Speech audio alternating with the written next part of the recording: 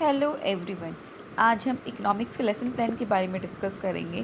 तो जो first lesson plan है हमारा, that was regarding the law of demand.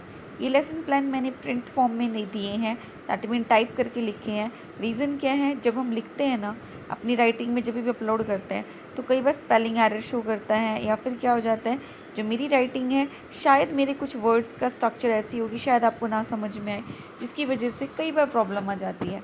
तो इसलिए मैंने क्या किया, सभी लेसन प्लान को टाइप किया ताकि आप सबको अच्छे से समझ में आ जाए। तो लेसन प्लान बहुत ज़्यादा बड़े बड़े भी नहीं लिख रखे कि आप लोगों को बहुत ज़्यादा टाइम लगे, क्योंकि बीएड में लेसन प्लान आपको बहुत सारे बनाने पड़ते हैं। एज़ यू नो 50 की अप्रॉक्स लेसन प्लान बनाने पड़ेंगे। तो मैं आपके पास मोस्टली जितने हो सके 50 लेसन प्लान एटलीस्ट मैं आपके पास शेयर करने की पूरी कोशिश करूँगी। सो फर्स्टली मैं अपने जो फर्स्ट लेसन प्लान है that was regarding the law of demand, उसके बारे में डिस्कशन करेंगे। तो स्टार्टिंग में आप जनरल इंट्रोडक्शन डालोगे। Subject is economics, class 11th या 12th। टॉपिक आपका लॉ ऑफ डिमांड रहेगा। टाइम ड्यूरेशन आपकी 40 to 45 मिनट्स रहेगी। टीचिंग मेथड आप क्या यूज़ करोगे, lecture come discussion method, question answer method and the black board method. Teaching add आपकी क्या रहेगी, black board, charts, graphs and the PPTs. General objective क्या रहेगा, to develop interest in the subject of economics, to understand the importance of the topic in day to day life, to increase critical and the logical thinking. ये आपका general objective रहेगा। Then you have a specific objective that is knowledge, understanding and the application. अब knowledge के अंदर क्या रहेगा आपका, student will recall the meaning and the concept of the topic. Understanding, student will explain assumptions and the features. Application, student will relate the concept with the real life example. ये आपके specific objective रहेंगे। Then we have previous knowledge assume, student have a basic knowledge of demand and supply, goods and prices from the previous classes. Then we have a presentation, इसको आप tabular form में बनाओगे। Teaching point, teaching activity, student activity and teaching ads, ये आपके black pen से आप इसको show करोगे।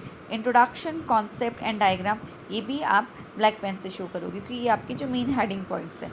तो इंट्रोडक्शन में क्या आएगा आपका, teacher introduce a topic with a simple example, student listen and the respond. Teaching aid is blackboard. Concept, teacher explain the concept with a definition and the examples.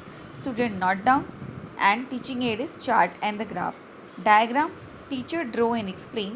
Student copy the diagram, and the teaching aid is recapitalization. First, define the concept. Next, explain the law, theory with the example. Third, draw and explain diagram and the graph.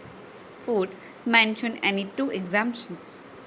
Black board work, इसको आपको chart paper, जो black chart paper है ना, उस पर बनाना है। उस पर आप ब्लैक बोर्ड वर्क लिखोगे बोल्ड में, और जब इन सब चीज़ों को वाइट पेन से आपको शो करना है। First definition, next statement, third diagram and the key points. Homework,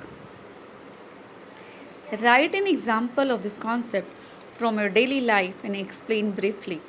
अब आपने स्टूडेंट्स को क्या होमवर्क दिया, इसको भी आपको मेंशन करना पड़ेगा। तो ये आपका होमवर्क रहेगा। तो ये बेसिकली हमारा फर्स्ट लेसन प्लान था। ऐसे हम और आगे भी डिस्कस करेंगे अपने लेसन प्लान्स के regarding. So thank you so much and please stay connected with us.